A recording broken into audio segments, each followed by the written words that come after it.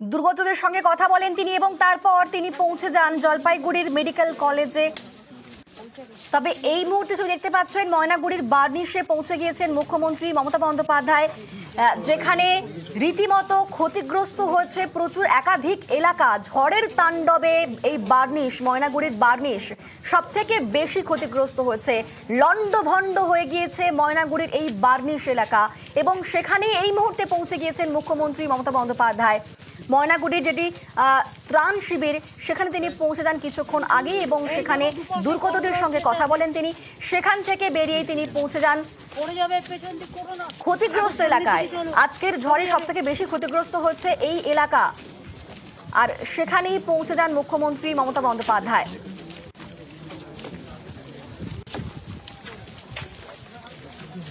যে ছবি আপনারা দেখছেন, ময়নাগুড়িতে পৌঁছে গিয়েছেন মুখ্যমন্ত্রী মমতা বন্দ্যোপাধ্যায়। ময়নাগুড়ির বার্নিশ যেখানে সব থেকে বেশি ক্ষতিগ্রস্ত হচ্ছে আজকের এই ঝড়ে, সব থেকে বেশি ক্ষতিগ্রস্ত হচ্ছে ময়নাগুড়ির এই বার্নিশ এলাকা। যে ছবি আমরা আপনাদের দেখিয়েছি প্রথম থেকেই, লন্ডভন্ড অবস্থা, সেখানেই পৌঁছে গিয়েছেন মুখ্যমন্ত্রী।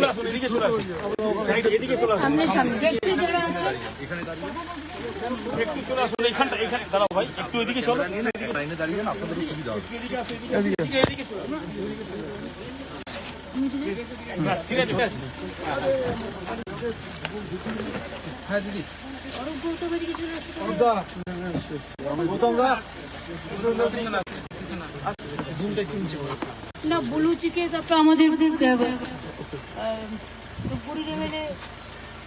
যিনি আমাদের প্রার্থী, উনিও আমাদের সাথে ছিলেন, নির্মলদা হসপিটালে আছেন, মৌয়ারাও ছিল, সকলে যে পরিষদের সভাধিপতি থেকে শুরু করে চেয়ারম্যান, জলপাইগুড়ি মিউনিসিপ্যালিটি, সবটাই আমাদের দেখা হলো এবং মৃতদেহ 4টে পরিবারের সাথে দেখা হয়েছে, আহতদের সবার সাথে দেখা হয়েছে, কথা হয়েছে।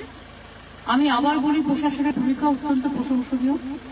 তারা আপন উদ্যোগে যেভাবে রেস্কিউ অপারেশন করেছেন এত তাড়াতাড়ি, এখানে প্রায় 700-800 বাড়ি একেবারে উড়ে গেছে এবং পেশেন্ট গুলো দেখলে বোঝা যাবে কারো হাত কেটেছে, কারো পা কেটেছে, কারো গলায় মানে পুরো আমাদের যেটা বলি আমাদের শোল্ডারটা সেটা ভেঙে গেছে, কারো মাথা ফেটে গেছে পুরো, কারো বুকে চাপ পড়েছে, নানা রকম প্রবলেম, মাথায় লেগেছে, চোখে লেগেছে, নাকে লেগেছে। মোটামুটি পেশেন্টরা স্টেবল আছে একজন ছাড়া, আর 3টে পেশেন্টকে আমরা পাঠিয়েছি এখান থেকে। সেটা একটা নেউটিয়া হসপিটালে গৌতম পাঠিয়েছে, আর 2টো পাঠিয়েছে নর্থ বেঙ্গল ডক্টর মলয় চক্রবর্তী আচ্ছা ক্লিনিকে পাঠিয়েছে।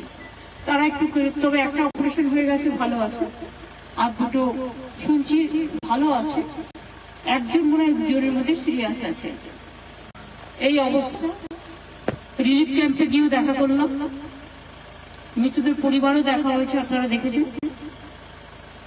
এদের ঘরবাড়ি কিচ্ছু নেই, যতক্ষণ ঘরবাড়ি করে না দেওয়া হবে এরা আশ্রয়হীন অবস্থায় রিলিফ ক্যাম্পেই তাদের সময় কাটাতে হবে।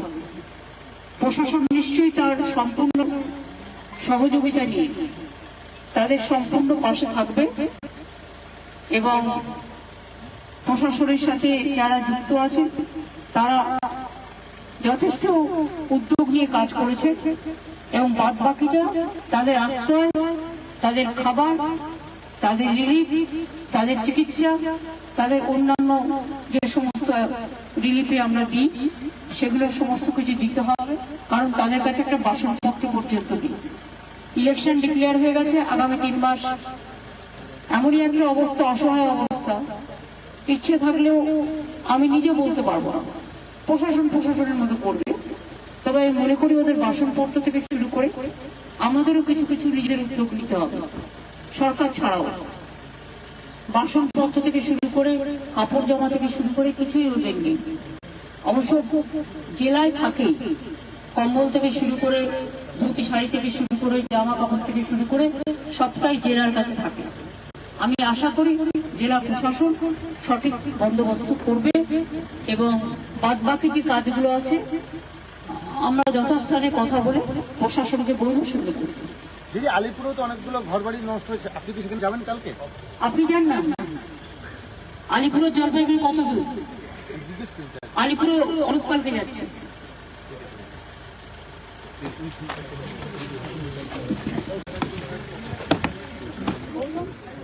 দুর্গতদের পাশে আছে প্রশাসন।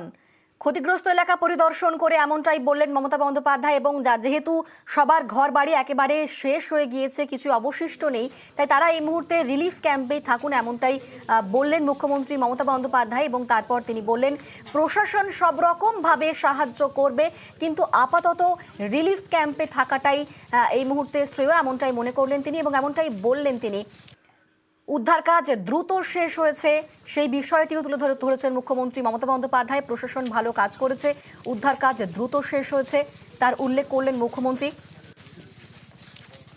এবং এই বার্নিশ যেখানে সব থেকে বেশি ক্ষতিগ্রস্ত হয়েছে পুরো এলাকা, সেই বার্নিশের এলাকা পরিদর্শনের আগে তিনি পৌঁছে গিয়েছিলেন, যেখানে এই মুহূর্তে ত্রাণ শিবির খোলা হয়েছে, সেই ত্রাণ শিবিরে পৌঁছে গিয়েছিলেন মুখ্যমন্ত্রী মমতা বন্দ্যোপাধ্যায়। ময়নাগুড়ির ত্রাণ শিবির খুঁটিমারি মথুরামোহন হাই স্কুল, যেখানে প্রচুর দুর্গতদের রাখা হয়েছে, সেখানেই পৌঁছে গিয়েছিলেন মুখ্যমন্ত্রী।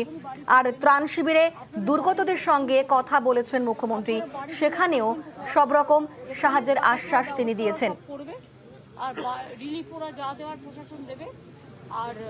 ময়নাগুড়ির ত্রাণ শিবিরে পৌঁছে গিয়েছিলেন মুখ্যমন্ত্রী মমতা বন্দ্যোপাধ্যায়।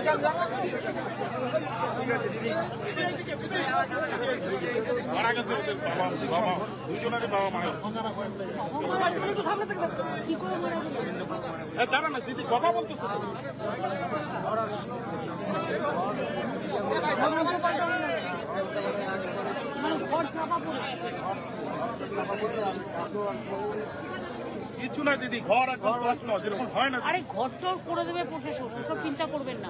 এখন নিজেকে সুস্থ থাকতে হবে। মারা গেছে তার কি কোনো বাবাটা মারা গেছে, দিদুনার বাবা মারা গেছে।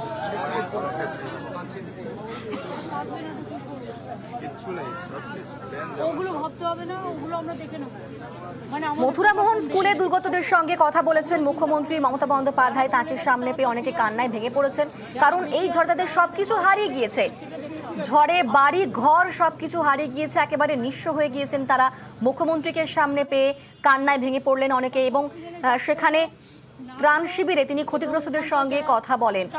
আর তারপর তিনি পৌঁছে যান বার্নিশে, যেখানে সব থেকে বেশি ক্ষতিগ্রস্ত হয়েছে গোটা এলাকা, সেখানেই পৌঁছে গিয়েছিলেন মুখ্যমন্ত্রী।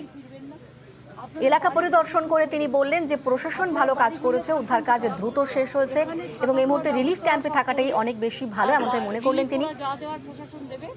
আর এই মুহূর্তে আমাদের সঙ্গে রয়েছেন প্রতিনিধি পার্থ। আর কি আপডেট?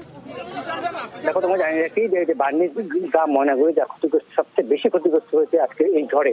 সেই গ্রামে যে ত্রাণ শিবির খোলা হচ্ছে, সেখানে তিনি জানেন সেখান থেকে বেরিয়ে সেই ত্রাণ শিবিরের ঠিক কিছুটা দূরে 2-2.5 কিলোমিটার দূরে আরেকটি গ্রাম আছে, সেই গ্রাম তিনি যান এবং সেখানেও সেই ক্ষতিগ্রস্ত এলাকা খতিয়ে দেখেন, নিজে পরিদর্শন করে সেখান থেকে এখন মুখ্যমন্ত্রী কনভয় বের হচ্ছে সেই বার্নিশের যে ত্রাণ শিবির, সেই ত্রাণ শিবিরের দিকে আসছে মুখ্যমন্ত্রীর কনভয়।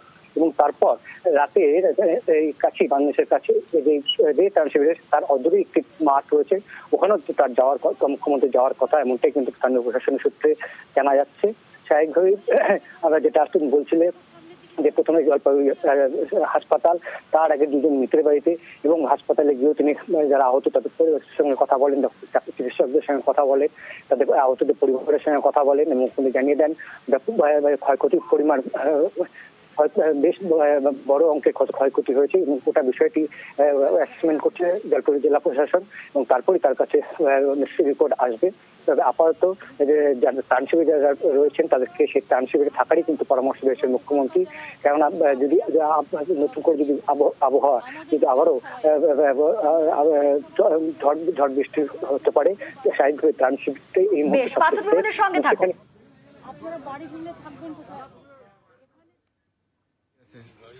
শুধু এই জিপিতে বার্নিশ জিপি, বার্নিশ জিপি, এখানে বার্নিশ, তারপরে মাধবডাঙ্গা আছে আর মাধবডাঙ্গা 2 আছে।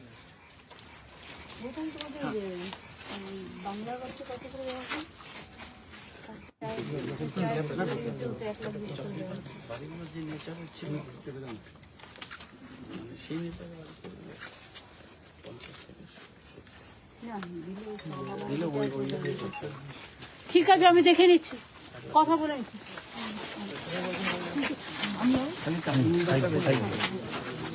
একটা কালী মন্দির ছিল, ওটা কিচ্ছু নেই। ভাই আগে আসিস রে।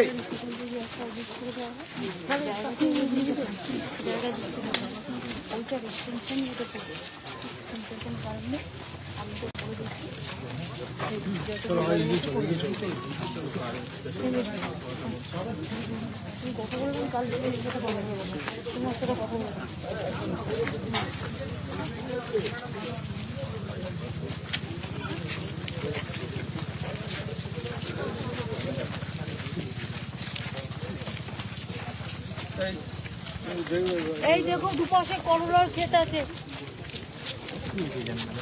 পড়ে যাবে, পেছন দিক করো না, এখন সামনের দিকে চলো, পড়ে যাবে।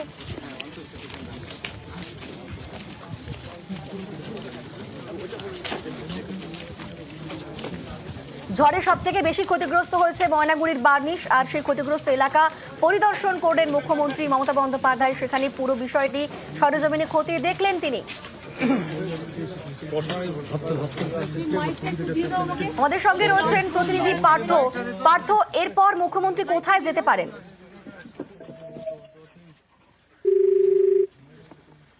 আমরা কথা বলার চেষ্টা করবো আমাদের প্রতিনিধি পার্থর সঙ্গে। তবে ছবি আপনারা দেখতে পাচ্ছেন, ক্ষতিগ্রস্ত এলাকা পরিদর্শন করেছেন মুখ্যমন্ত্রী মমতা বন্দ্যোপাধ্যায়। ময়নাগুড়ির বার্নিশ আজকের এই ঝড়ে সব থেকে বেশি ক্ষতিগ্রস্ত হয়েছে যে এলাকা, সেই এলাকা পরিদর্শন করলেন মুখ্যমন্ত্রী। জলপাইগুড়ি পৌঁছানোর পরে তিনি প্রথমেই যান মৃতদের পরিবারের সঙ্গে কথা বলতে, আর সেখানে পরিবারের সঙ্গে কথা বলার পর তিনি সেখান থেকেই ভিডিও কলে ত্রাণ শিবিরে থাকা দুর্গতদের সঙ্গে